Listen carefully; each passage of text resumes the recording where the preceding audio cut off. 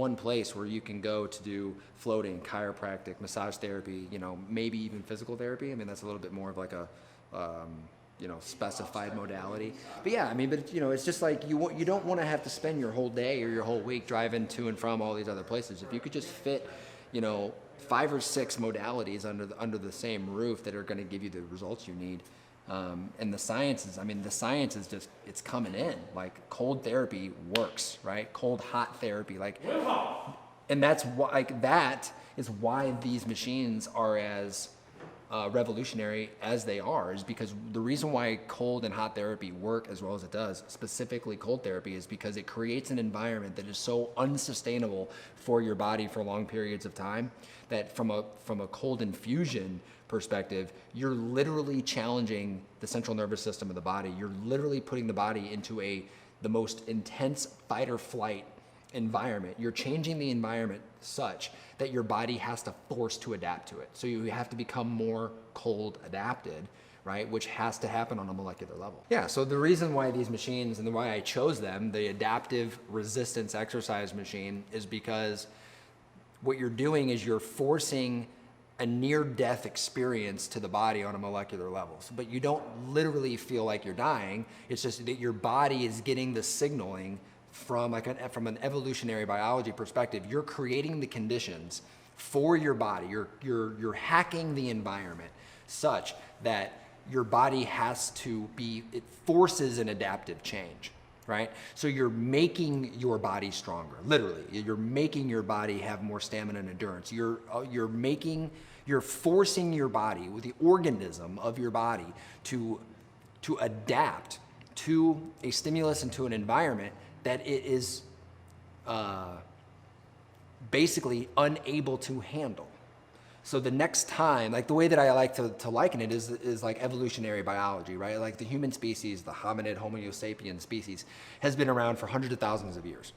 So in order for us to get to where we were, at some point we had to go out and we had to hunt, right? You're in your cave, you leave the cave, the coziness of the fire of the cave, and you go out and you go on the hunt.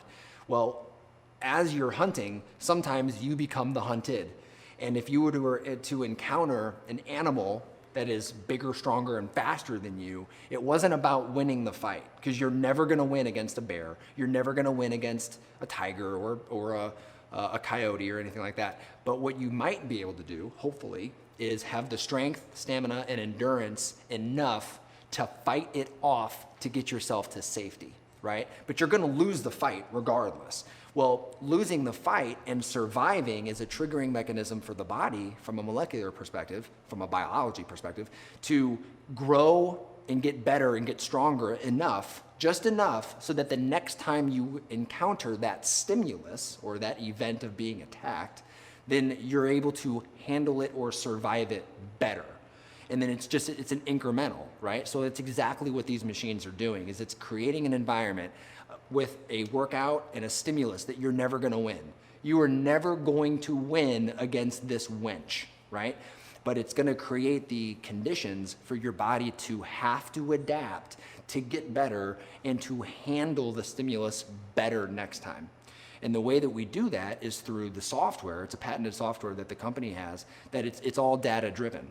So you know in real time, through your entire range of motion, how strong, how much force you're able to output. And then you're comparing that every moment, every second, through your entire range of motion, and you're able to compete against yourself and in real time know, am I getting stronger or am I not getting stronger? Well, nobody doesn't get stronger on the machine. It's a double negative, but there is no such thing as not producing results. Now, what you might do is come in here on one day, perform a particular workout, and you have amazing numbers. And then you come back 7 days later, and you're not producing the same numbers. What that does is two things. One, it triggers a conversation of questions about, okay, why are you not performing to the same level as you did last time? And there could be a plethora of different answers. Maybe you didn't get the same amount of sleep as you did last time, right? Maybe last night it was a long night. Maybe your kids kept you up. I don't know. Maybe you're stressed out about work or whatever. Did you hydrate properly, right? Did you eat something different? So what we're trying to do here is we're trying to create a scenario where you're setting the same conditions. It's an experiment, right? That's really all it boils down to. I mean, there's a control variable, there's an independent variable, and there's, okay, are you setting the same conditions every single time in order to be at your best? And that's what that results formula is all about, with the work plus rest equals growth. Because what this is doing as a negative stimulus to the body is it's tearing you down, right? People don't get stronger or faster or better by being torn down.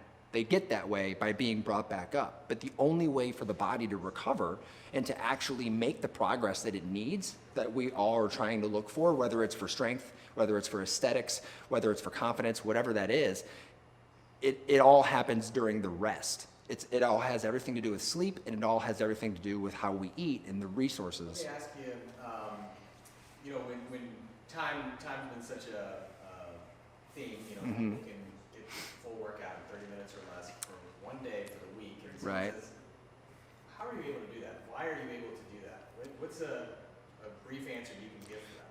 So I would liken that to the fact that it is a near-death experience, right? Like, so on a molecular level, on a tissue level, we are perfectly tearing the body down. We are giving it a stimulus that is so intense that could you come in here the next day and perform the same movement? Sure. But are you going to be able to do it to the same intensity and to the same degree, the same performance metric as the day prior, as 3 days prior? No, you're just not. So it's, why are you continuing to do damage to a damaged muscle? Because really, simply, it takes your body that long to recover, right? And so, and let's say maybe some people, they could handle twice a week. Maybe it doesn't take you 7 days to recover. Maybe it takes you only 4. Well, there is no other mechanism at any other fitness facility, at least in the state of Missouri, that has the ability to tell you, to graphically show you, hey, you're not rested. You haven't recovered. Why are you performing more exercise? Why are you tearing tissue that hasn't been fully rejuvenated yet, right? So like, you're literally spending time doing things that is going to have a negative ROI. Whereas what we're trying to figure out here is, okay, how can you always be at your best? How can your performances always be at maximum capacity? So, as I understand it, the machines themselves are very unique, but they're not, they exist elsewhere. But you patented the software, BioFit? I did not. No. So yeah, the ARX, the software itself is the software is really what makes the machine. I mean, it's the sensors, it's the ability to track both positively and negatively all of the time under tension. When you really get down to like what this is, it's just a winch. It's a computer-controlled winch. I mean, you could put a winch in the front of a Jeep Wrangler and have a button and experience a very similar thing. I mean, you're never going to win, right? But what makes this as revolutionary and unique and special as it is it's the data. Right? It's the sensor, it's the data, it's the fact that the software is programmed and designed specifically to calibrate to your specific capability. Yeah, so even though the machine is obviously like universally available to provide workout for anybody, we tailor every single exercise and every single workout to the individual every single time. So not only are you going to get the perfect amount of exercise every time, you're going to do it perfectly every time. So you're going to perform the movements perfectly every time. You don't have to think about what you're doing, you just have to think about how you're doing it. So it's about maintaining consciousness of giving it your best and not having any wasted mental energy on, am I doing it right? So it could literally mean, and has happened, my 8-year-old son has performed a static leg press on the Alpha, and within 45 seconds, he is up, and my 80-year-old grandma with stage 4 cancer in her brain, spine, and liver get on the same machine. Obviously, the settings are different, right? But same movement, same machine, same everything, just different organism, right? Performing the same movement or lack thereof. It's a static press. But so like, it doesn't matter your experience level. It doesn't matter your age. It doesn't matter your conditioning level. It doesn't matter your strength level. Literally, you could be a professional athlete, or you could be a day one, I've never been to a gym before in my life, and it will still produce the same result. One of our clients, we nicknamed him Wiggles, because he just like, he can't sit still. He's always like moving and stuff, right? So the safety factor is predicated on the fact that we set up each movement biomechanically perfectly to what your body is able to do, right? So you're gonna do the perfect bench press every time. You're gonna do the perfect squat or the perfect leg press every time. You're gonna do the perfect tricep press down every single time, because we're able to calibrate and sync and save your range of motion, and your range of motion, and your range of motion to every single client individually. So unless you are completely negligent in how you're trying to perform the movement, there's no way to hurt yourself, because you're doing it perfectly every time. I think that that's a really big barrier of entry for a lot of people who don't want to lift weights or strength train, because strength training, by far, the science is in. Like, there is no better way to signal the body for change, for adaptive change, than with strength or resistance training. And so up to this point, right, the only way to do that has been with free weights.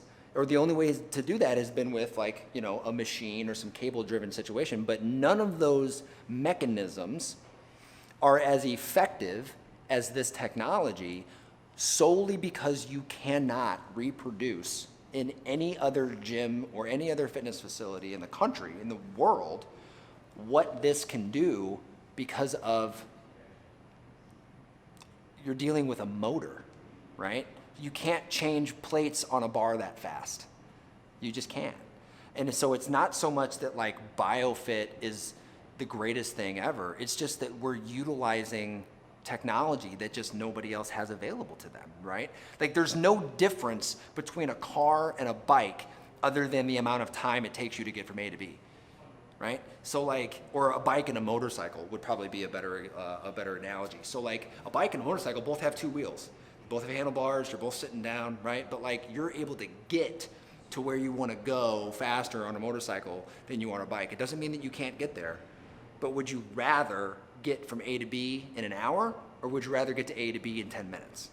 And that's all we're offering, is we want to be able to offer an opportunity for people to get to their fitness goals, or to maintain their health and fitness expectations for themselves, just in a more efficient and effective way. And because of the technology, it is now the safest way. And I think with those three things, that is where you're gonna find more smart fitness studios like this that eventually come to market, because it's gonna eventually be a no-brainer. Why would you risk, right? Risk management. Why would you risk hurting yourself with a maximum effort deadlift or a squat if you don't have to? Why would you risk getting in a motorcycle accident as opposed to getting in a car with an airbag? You wouldn't, given the option for most people, right? So all we're doing is leveraging technology to get people to where they want to go faster and safer.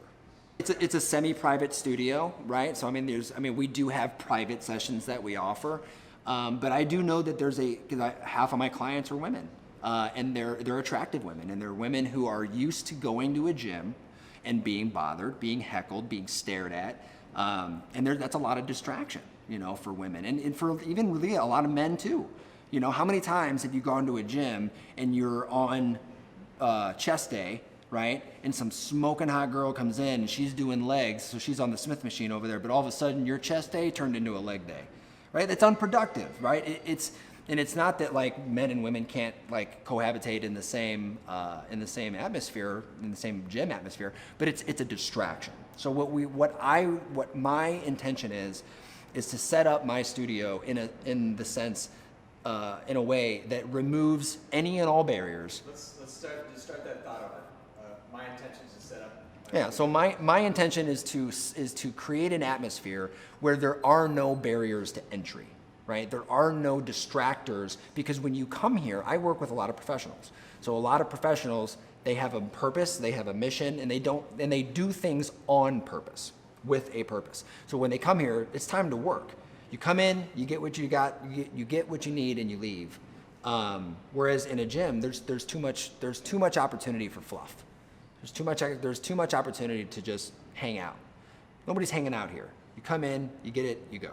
I think it's really important for people to see and understand how and why the data works the way that it does, right? The graphical interface is so important because I know if you had a good workout in real time. And there's a mechanism to show if you did or didn't. And if you didn't, then it's like, okay, it's because I know you were holding back. I know you were taking these micro breaks that you told me you weren't gonna do, but you can't hide from the data, right? And so I being able to explain that data and how the graph is supposed to look, because if you're not giving 100%, I know. So when you're like, I am, and I'm like, no, you're fucking not.